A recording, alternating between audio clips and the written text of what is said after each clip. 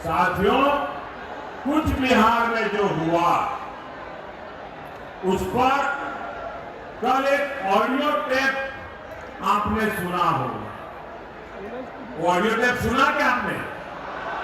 सुना? 5 लोगों की दुखद मृत्यु के बाद दीदी किस तरह राजनीति कर रही है, ये इस ऑडियो टेप के अंदर साफ साफ खुल गया है, सामने आया। इस ऑडियो में कुछ बिहार के टीएमसी नेता को कहा जा रहा है कि मारे गए लोगों के शवों के साथ रैली निकालो। दीदी, वोट बैंक के लिए कहां तक जाएगी आप?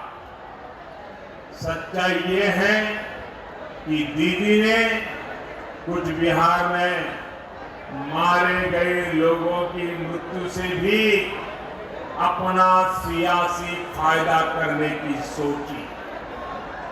शवों पर राजनीति करने की दीदी को बहुत पुरानी आदत।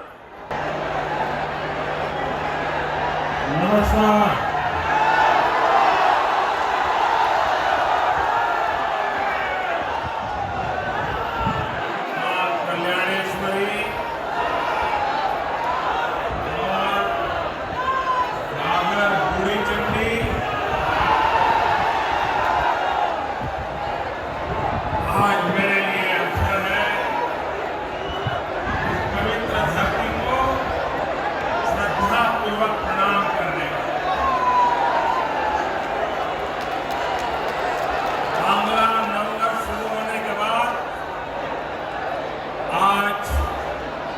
बंगाल में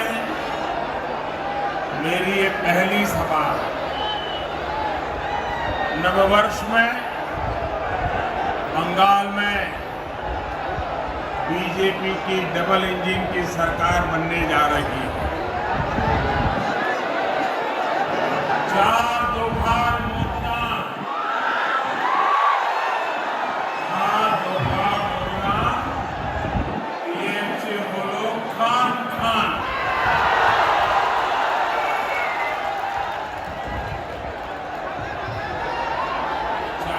दौर का मतदान, टीएमसी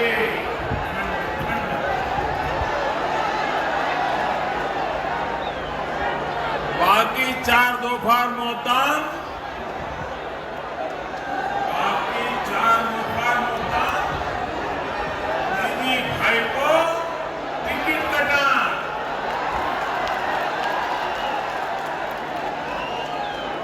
बाकी 4 बार का मतदान दीदी भाई को का पत्ता साथ।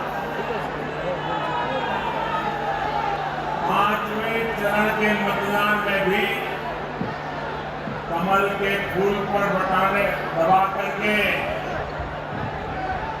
भारतीय जनता पार्टी की सरकार बनाने के लिए आज सुबह से बहुत बड़ी तादाद में लोग निकले हैं। बहुत भारी मतदान हो रहा है। मैं अब तक मतदान करने वाले सभी मतदाताओं का हृदय से बहुत बहुत अभिनंदन करता हूं और उनका धन्यवाद करता हूं। साथियों, आसनसोल हो, दुर्गापुर हो, इस पूरे क्षेत्र में बंगाल ही नहीं बल्कि देश के औद्योगिक विकास का प्रमुख केंद्र बनने की क्षमता बहुत पहले से है, हमेशा से है। द्वारकानाथ टैगोर जी, राजेंद्र मुखर्जी, वीरेंद्रनाथ मुखर्जी जैसे अनेक व्यक्तित्वों ने इस क्षेत्र की संपदा को देश की आत्मनिर्भरता के संकल्प रूप में आगे बढ़ाया। साइकिल से लेकर रेल तक, पेपर से लेकर स्टील तक एल्यूमिनियम से लेकर ग्लास तक, ऐसे अनेक कारखानों में यहाँ की फैक्ट्रियों में काम करने के लिए पूरे देश से लोग यहाँ आते हैं। आसनसोल एक प्रकार से लघु भारत है। हिंदुस्तान का हर व्यक्ति यहाँ एक मिल जाएगा, लेकिन बंगाल में जो सरकारें रही, उनके कुशासन ने आसनसोल को कहां से कहां पहुंचा दिया। जहां लोग चाकरी के लिए आते थे, आज यहां से लोग पलायन हो रहे हैं। मां की मानुष की बात करने वाली दीदी ने यहां हर तरफ माफिया राज फैला दिया। आसनसोल की प्राकृतिक संपदा को लूटने के लिए कोयला माफिया, नदियों की बालू को लूटने के लिए अवैध खनन माफिया, सरकारी जमीन पर कब्जे के लिए भू माफिया। साथियों, यहाँ सालनपुर, बाराबनी, जमूरिया, रानीगंज, उखड़ा, बल्लालपुर से लेकर बांकुड़ा बॉर्डर तक अवैध कोयला खनन का साम्राज्य फैला हुआ। यहाँ का कोयला, रेत और दूसरे खनिजों को काला माल कहा जाता है। किस किस तक पहुंचता है, ये हर कोई जानता है। बंगाल के ट्रक वालों को, ट्रांसपोर्ट से जुड़े साथियों को, यहाँ के उद्यमियों को जो बाइको टैक्स देना पड़ता है, वो भी बंगाल के लोग भली भांति जानते हैं। साथियों, इस चुनाव में आपका एक वोट सिर्फ टीएमसी को साफ करेगा इतना ही नहीं है, बल्कि आपका एक वोट यहां से माफिया राज को भी साफ करेगा।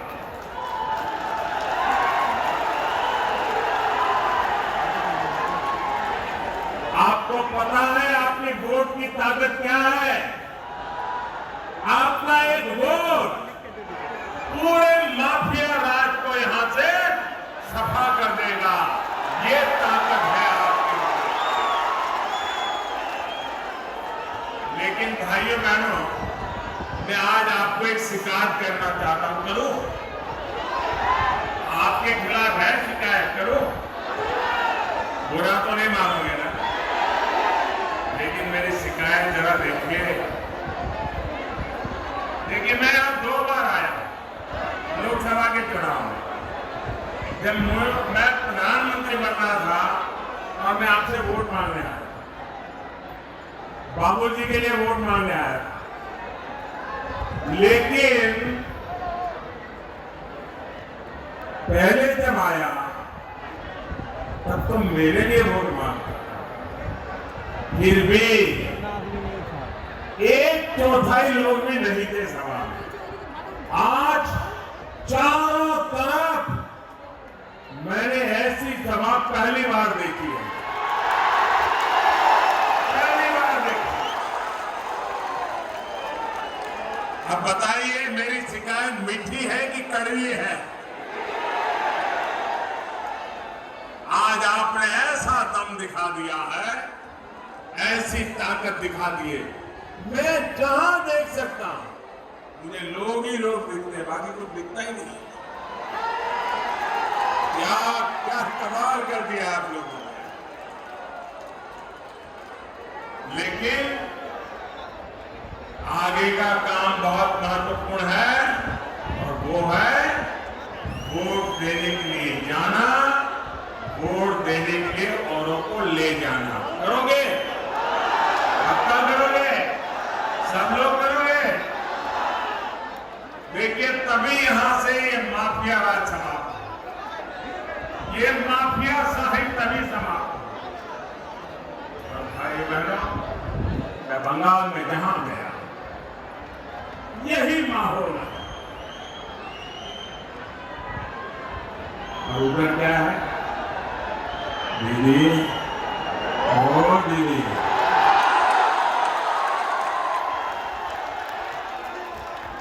देखिए दीदी, ओ दीदी, 2 महीने अब सिर्फ आधा महीना बचा है, आधा चुनाव हो चुका है, सिर्फ कुछ दिन और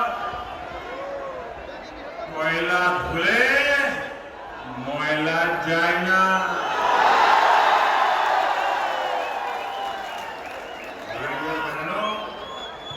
सोनार बांग्ला के संकल्प के साथ बीजेपी सरकार यहां आपकी हर मुश्किल कम करने के लिए काम करेगी। बंगाल में कानून व्यवस्था का राज स्थापित किया जाएगा। कानून के राज में यहां नए उद्योग लगेंगे, बंगाल में निवेश बढ़ेगा। बीजेपी सरकार में हर कोई अपना काम करेगा। आपके जीवन में टीएमसी के तोलबाजों की जो घुसपैठ हुई है उसे जीरो कर दिया जाएगा, दूर किया जाएगा। पुलिस अपनी जिम्मेवारी निभाएगी, अपना काम करेगी। राज्य सरकार के अलग अलग विभाग अपना जन सेवा का दायित्व निभाएंगे, अपना काम पूरा करेंगे। प्रशासन अपनी जिम्मेवारियों को निभाते हुए जनता जनार्दन की अपेक्षाओं को पूरा करने के लिए दिन रात काम करेगी और सरकार अपनी जिम्मेवारियों को पूरा करने के लिए काम करेगी। और बीजेपी का कार्यकर्ता मैं आपको विश्वास दिलाता हूं, आपकी सेवा में हरदम खड़ा रहेगा। और इसमें जो भी खेला करने की कोशिश करेगा उस पर कानून के तहत उतनी ही सख्त कार्यवाही भी होगी। भाइयों बहनों, दीदी ने बीते 10 सालों में विकास के नाम पर आपके साथ विश्वासघात किया। विकास के हर काम में, हर काम के आगे दीदी दीवार बन के खड़ी हो गई, दीवार बन के खड़ी हो गई।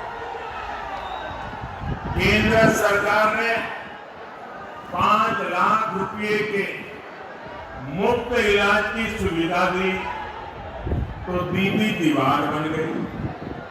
केंद्र सरकार ने शरणार्थियों के लिए मदद के लिए कानून बनाया तो दीदी इसका भी विरोध करने लगी। केंद्र सरकार ने मुस्लिम बहनों को 3 तलाक से मुक्ति के लिए कानून बनाया तो दीदी फिर आग बबूला हो गई। केंद्र सरकार ने किसानों को बिचौलियों से मुक्त करने वाले कानून बनाए तो दीदी विरोध में उतर आई। केंद्र सरकार ने किसानों के बैंक खातों में सीधे पैसे ट्रांसफर करने शुरू किए तो दीदी ने इससे भी किसानों को वंचित रख दिया। साथियों, बंगाल को विकास रोकने वाली नहीं, डबल इंजन की सरकार चाहिए, डबल इंजन की सरकार। बंगाल की बीजेपी सरकार आपका लाभ कराने वाली हर उस योजना को लागू करेगी जिन्हें दीदी की सरकार ने रोका हुआ है। पहली ही कैबिनेट में पीएम किसान सम्मान निधि पर बड़ा फैसला लिया जाएगा। बंगाल के हर किसान के खाते में 18,000 रुपये सीधे ट्रांसफर हो। जिसको दीदी ने रोकने की कोशिश की, 2 मई के बाद नई सरकार बनने के बाद दीदी नहीं रोक पाएगी, क्योंकि सरकार आपने बनाई है, आपके लिए बनाई है और वो आपके लिए काम करेगी। भाइयों बहनों, आप मुझे बताइए, दीदी को अगर आप लोगों के दुख दर्द की परवाह होती तो क्या वो आपकी भलाई की, आपके हित वाले कामों को काम कभी करती क्या? ये रुकावटें डालती क्या? दीवार बनती क्या? दीदी को अगर आपकी तकलीफ की चिंता होती तो क्या वो तोलाबाजी होने देती क्या? होने देती क्या? तोलाबाजी होने देती क्या? जरा इधर से जवाब दीजिए, तोलाबाजी होने देती क्या? सिंडिकेट को आगे बढ़ाती क्या? सिंडिकेट को आगे बढ़ाती क्या? कट मनी वसूलने देती क्या? कट मनी वसूलने देती क्या वो? साथियों, दीदी अपने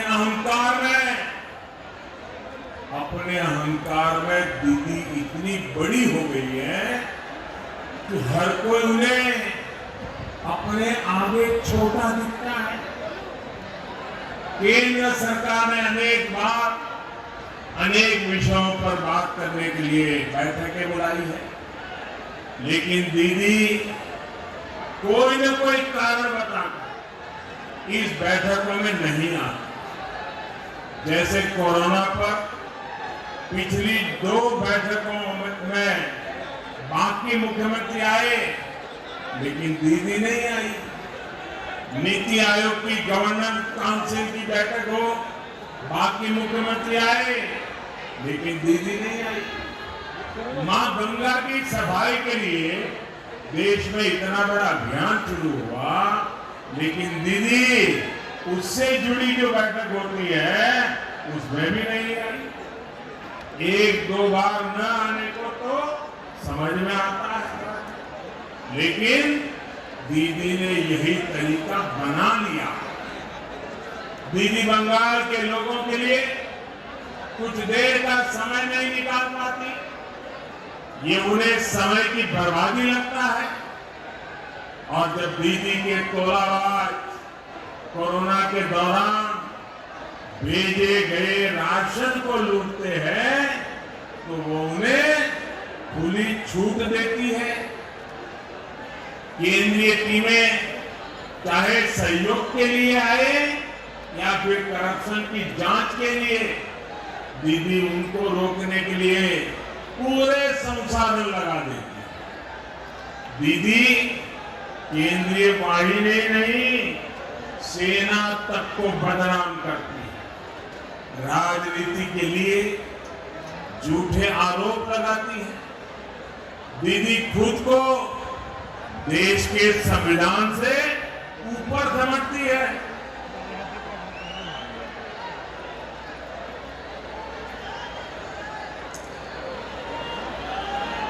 दीदी चोखे अहंकारे पोड़दा। दीदी की आंखों पर अहंकार का पर्दा चढ़ा हुआ। भाइयों बहनों, दीदी की राजनीति सिर्फ विरोध और गतिरोध तक सीमित नहीं है, बल्कि दीदी की राजनीति प्रतिशोध की खतरनाक सीमा को भी पार कर गई।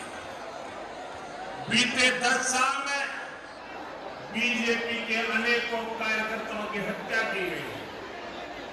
अभी मेरी यहां ऊपर आने से पहले कई पीड़ित परिवारों से बात हुई। दीदी की वजह से न जाने कितनी माताओं ने अपने बेटों को खोया, न जाने कितनी बहनें आज भी अपने भाई का इंतजार कर रही है।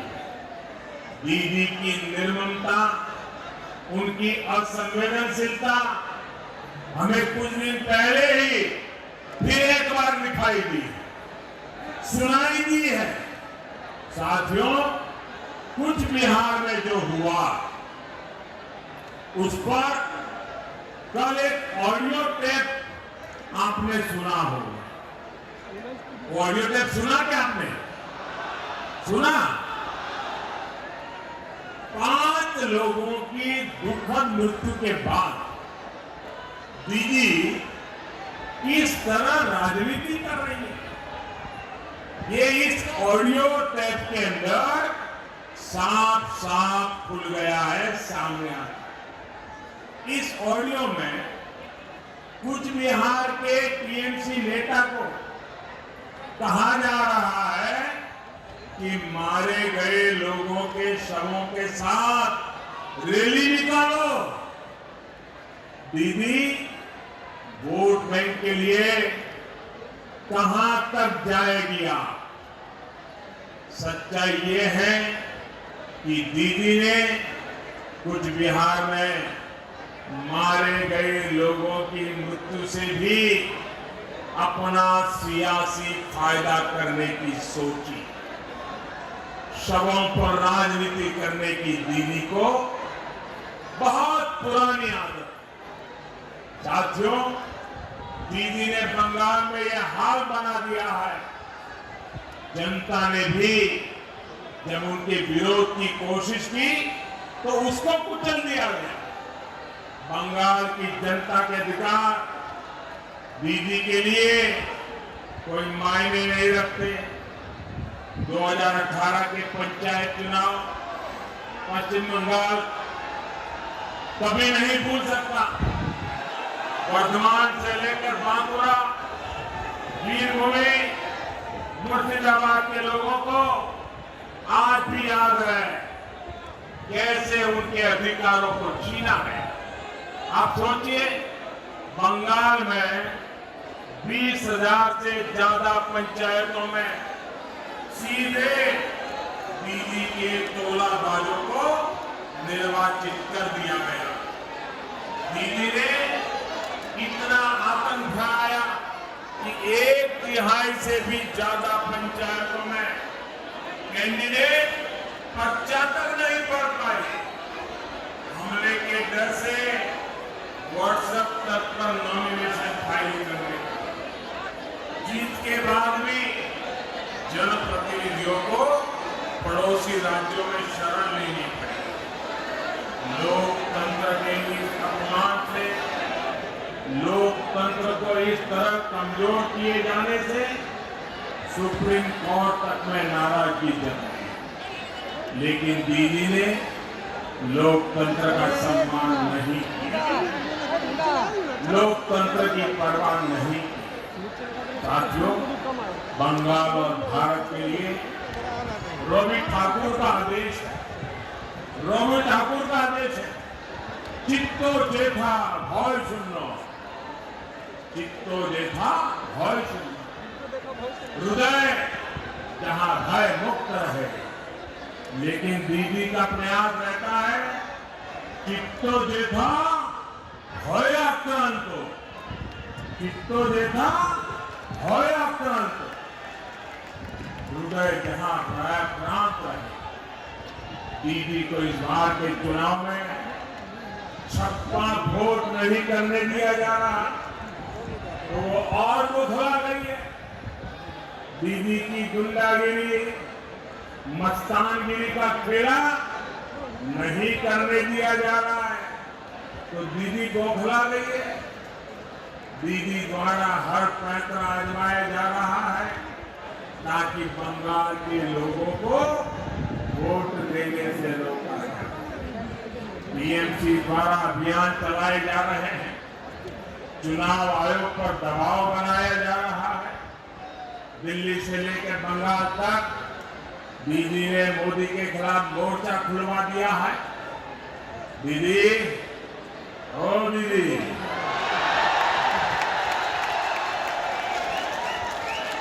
दीदी, ओ आदरणीय दीदी, आप जितनी चाहे साजिशें कर लीजिए, जितनी चाहे कोशिशें कर लीजिए, इस बार आपकी साजिश बंगाल के लोग खुद ही नाकाम कर रहे हैं। इस बार बंगाल के लोगों ने ही आपके खिलाफ मोर्चा खोल दिया। बंगाल के लोगों ने आप पर अभूतपूर्व विश्वास किया। अब वो आपको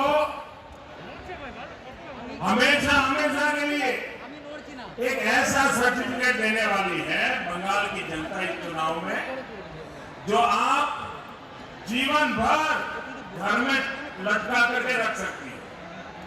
कौन सा सर्टिफिकेट जनता देने वाली है? जो 2 मई को सर्टिफिकेट आने वाला है। वो सर्टिफिकेट आने वाला है भूतपूर्व मुख्यमंत्री, यानी दीदी, ये बंगाल की जनता अब आपको आजीवन एक सर्टिफिकेट देने वाली है, भूतपूर्व मुख्यमंत्री, लेके घूमते रहना। भाइयों बहनों, बंगाल के लोगों से आपकी नफरत भी महसूस कर रहे हैं। दीदी के करीबी शेड्यूल कास्ट के मेरे भाइयों और बहनों को भिखारी कहते हैं। दीदी चुप रहती है। दीदी के करीबी बीजेपी को वोट देने वालों को बंगाल से बाहर फेंकने की धमकी देते हैं। दीदी चुप रहती है। किसी की दुखद मृत्यु पर दीदी की संवेदना भी वोट बैंक का फिल्टर लगा करके ही प्रकट होती है। दीदी पश्चिम बंगाल आपकी दुर्नीति से परेशान है, इतना ही नहीं है, बल्कि बंगाल को आपकी नीयत पर भी शक है। इसलिए पश्चिम बंगाल के कोने से एक ही आवाज सुनाई दे रही है, किच्छु नहीं तृणमूल, किच्छु नहीं तृणमूल, एबार भोट पद्म फूले। कुछ नहीं तृणमूल में, इस बार भोट कमल फूल में। 10 साल तक दीदी ने बंगाल को भेदभाव और पक्षपात वाली सरकार दी। हालत तो ये है कि स्पोर्ट्स क्लबों, खिलाड़ियों तक की मदद में भी दीदी ने भेदभाव किया।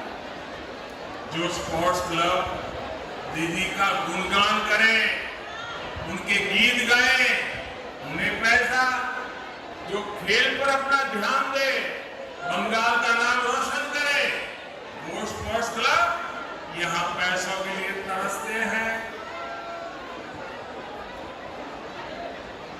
दीदी की इसी दुर्नीति की वजह से बुजुर्गों को मिलने वाला भाता तक सभी लाभार्थियों तक नहीं पहुंच पा रहा।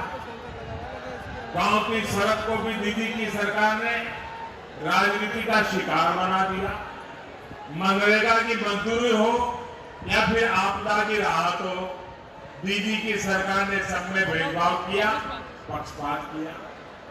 आपको 3 साल पहले की रामनवमी याद है?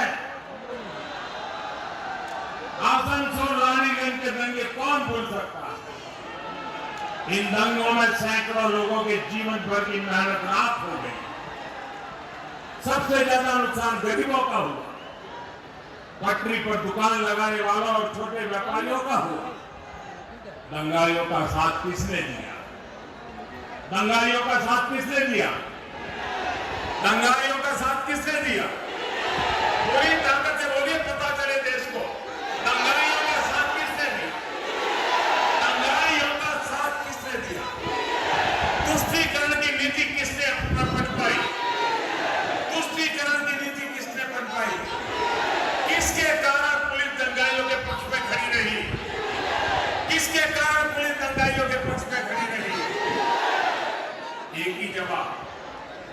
एक ही जवाब है ना, एक ही जवाब है ना। हर कोई कह रहा है दीदी के कारण, दीदी के कारण। भाई और बहनों, जो विकास पर विरोध को, विश्वास पर प्रतिशोध को, सुशासन पर राजनीति को प्राथमिकता देती है, ऐसी सरकार पश्चिम बंगाल का भला नहीं कर सकती। इसलिए बंगाल को आशोल परिवर्तन चाहिए, आशोल परिवर्तन। आशोल परिवर्तन बंगाल में सबका साथ, सबका विकास, सबका विश्वास के लिए, आशोल परिवर्तन बंगाल के युवाओं को रोजगार के लिए, आशोल परिवर्तन बंगाल में कानून के राज के लिए, आशोल परिवर्तन बंगाल की भलाई के लिए। साथियों, दीदी के राज में महिलाओं के साथ जो अत्याचार हुआ है, उसकी चर्चा तक दीदी ने नहीं होने दी।